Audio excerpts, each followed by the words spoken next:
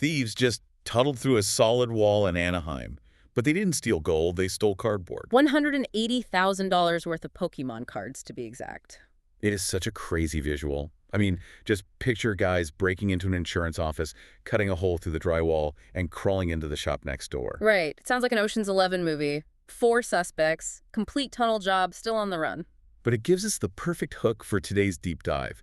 Because while those guys tunneled for Charizard, it looks like officials in Los Angeles have been tunneling under the truth. Yeah, we are shifting from a literal smash and grab to a massive political cover-up. Exactly. We were talking about the Palisades Fire scandal. And if you thought the fire itself back in January 2025 was a tragedy, Which it absolutely was. 12 people died. But the cover-up that is unraveling right now is just staggering. Yeah. We're looking at leaked memos, altered safety reports, and a city hall that prioritized public relations over public safety. That is our mission today. We are taking a stack of internal emails, court filings, and police blotters from this week, Saturday, February 21st, 2026. We want to understand the actual state of California right now. It really is a split screen. You have these bizarre high-stakes crimes on the street, and then you have systemic rot happening quietly in the offices of leadership. So settle in. We have a lot of ground to cover. Let's get into it. Before we dissect the mayor and the fire department, we need to do our California roundup. It has been a wild week. We already mentioned the Pokémon heist in Anaheim. Right. But the next crime story is just heartbreaking. It highlights a huge disconnect in the state. You have high-level genius and then ground-level violence. You're talking about Carl Grillmair. Yeah. For listeners who don't follow astronomy, Grillmair was a legend. He was a Caltech scientist. This man discovered water on a distant planet. He spent his life looking up at the stars. And in this tragic twist of irony, he wasn't safe in his own driveway. He was shot and killed at his home. And the authorities finally charged a suspect. But the frustrating part is, this suspect had been arrested months prior. It really makes you question the justice system. You catch a suspect, release them, and then they commit a tragedy like this. It absolutely raises questions about repeat offenders. And speaking of high stakes, we also have a massive espionage case this week. Oh, this one reads like a spy novel. 3 engineers charged with stealing Google trade secrets. And they didn't just take the code to a rival tech company. They transferred the data to Iran. Which is a massive escalation. It is. It's high-level intellectual property theft involving a foreign adversary. We worry so much about street crime, but the digital borders are wide open. Bad actors are tunneling for information, too. And back on the streets, the civil unrest continues.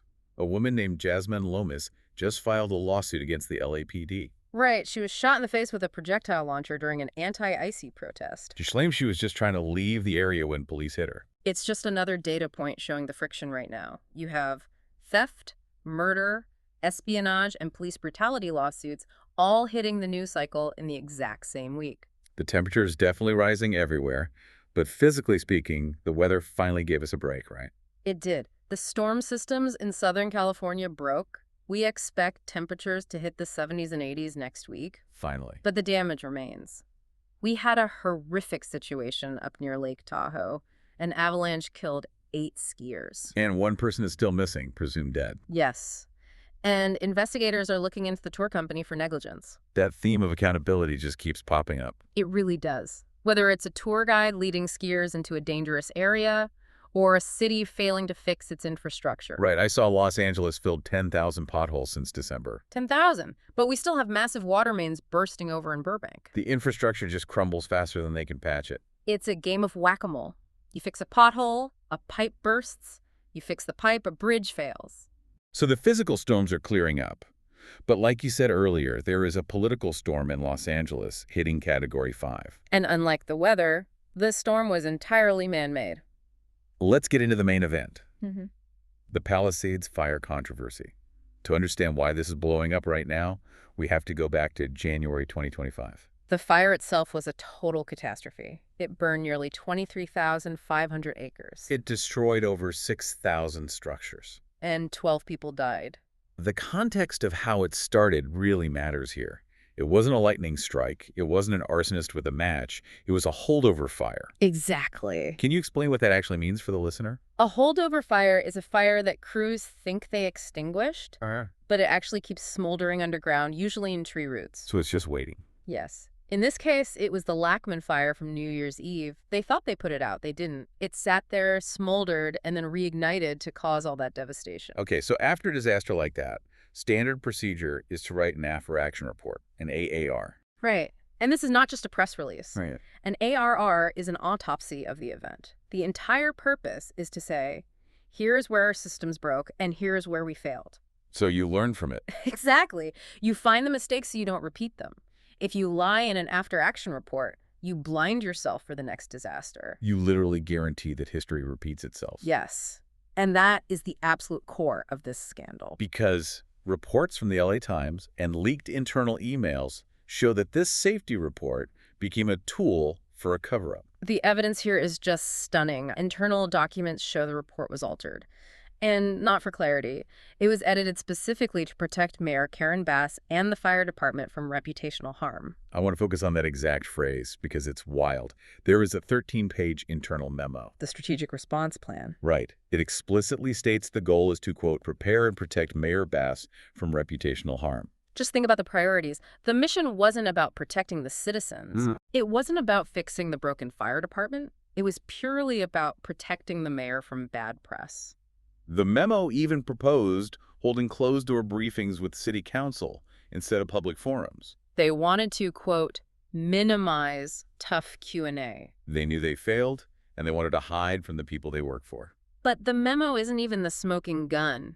The edits to the report itself are the real issue. Right. You look at the original draft compared to the final version. How drastically did they change it? They literally rewrote history. In the original draft, the author... The dying Chief Kenneth Cook, right? Yes, Chief Cook. He wrote about the pre-deployment of resources, basically putting fire trucks in position before the fire gets massive. Standard strategy. Right. He wrote that the command decisions, quote, did not align with department policy. Did not align, which is just polite corporate speak for we broke the rules and failed to send enough trucks. It's an absolute admission of failure. But in the final published version, that phrase was completely deleted. Just gone. Gone. Instead, they changed it to say that pre-deployment, quote, went above and beyond the standard LAFD pre-deployment matrix. That is insane. They flipped it 180 degrees. They went from we failed our policy to we are heroes who went above and beyond. Precisely. And the reason for that specific edit comes down to legal liability. Because of the lawsuits. Exactly. If the official report says, we did not align with policy, the city admits negligence. And the families of the 12 victims sue the city for millions. Right. But if the report says they went above and beyond, the city builds a legal shield. They flip the narrative from failure to heroism to protect the city budget and the mayor's image. So they falsified a critical safety record to save money and save face.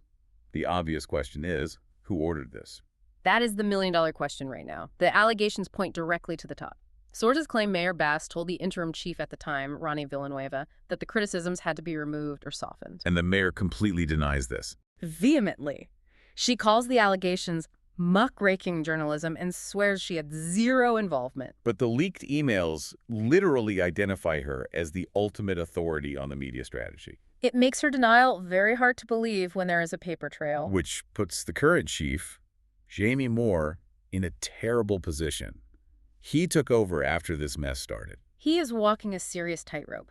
He actually admitted publicly that the report was edited to reduce criticism. He admitted it. He did. He acknowledged it happened, but he quickly clarified that it happened before his tenure. Right. It wasn't me, it was the previous guys. Exactly. And he promises he will never allow those kinds of edits in the future. Very convenient.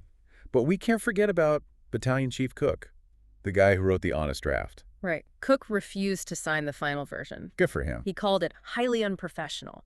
You have a career firefighter looking at this document and saying, I will not put my name on a lie. That takes serious courage when the pressure's coming from City Hall. But whenever a scandal like this breaks, someone has to take the fall. And in this case, it was the former fire chief, Kristen Crowley. Right. And this brings us to the core issue. Why did the response fail in the first place? Why weren't the trucks pre-deployed? Well, Mayor Bass has her version of events. She claims she fired Crowley because Crowley refused to complete the report and because she failed to deploy the trucks. Basically pinning the whole disaster on her incompetence. Right. But the firefighters union tells a completely different story. Freddie Escobar. Yes, the union president Escobar calls Crowley a pure scapegoat. Because of the city budget cuts. Exactly. The union claims Crowley was actually ousted because she kept speaking up about massive budget cuts. The city slashed $17 million from the department. $17 million. Yes. And crucially, $7 million of that was cut directly from the overtime budget. Let's pause there, because that is vital. Firefighting relies heavily on overtime for surge capacity, right? When a red flag warning hits. High winds, dry brush. Exactly. You need to call off-duty firefighters in to man the extra engines. And that requires overtime pay. If the city takes away $7 million for overtime, you cannot pay the crews. They don't come in. So the union's argument is that Chief Crowley literally couldn't staff the extra engines because the mayor and city council took the money away. That is Escobar's exact claim. He says they had plenty of firefighters ready to work, but no funding to put them in the seats. Wow. And it gets worse. He claims they didn't even have enough mechanics to maintain the fleet, so you have broken fire trucks and zero budget to fix them. That paints a horrifying picture of city management. The government cuts funding for basic public safety, blames the fire chief when 12 people die, and then rewrites the official report to claim they did a great job. It creates a massive crisis of public trust. The mayor screams incompetence, and the firefighters scream starvation of resources. And politically, the sharks smell blood. Rick Caruso is already using this exact scandal to tease a primary run against Base. It is the worst possible timing for her. You have a city trying to recover from actual physical storms. The 10,000 potholes. Right. And now the leadership is engulfed in this massive political firestorm. It really forces you to look at the priorities of our leaders. We started this deep dive talking about thieves tunneling through a wall for Pokémon cards. Looking for something valuable. Exactly.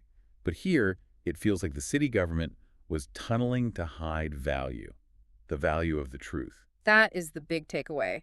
Manipulating a safety report completely erodes public trust.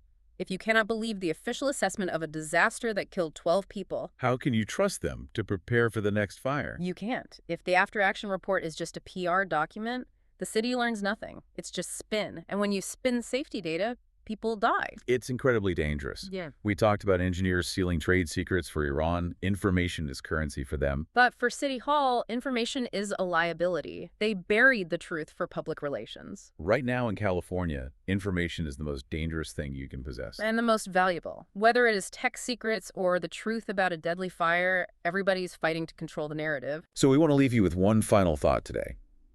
If that internal city memo prioritized protecting the mayor from reputational harm over transparency. Does that mean the city views a bad headline as more dangerous than a bad fire response? It definitely looks that way, and that should terrify every single resident. Absolutely. And regarding those thieves in Anaheim, maybe next time, instead of digging through drywall for Pokémon cards, they should just dig for dirt in City Hall. It might be a lot easier to find. And probably worth a whole lot more. Thanks for joining us on this deep dive. Stay safe out there. Take care.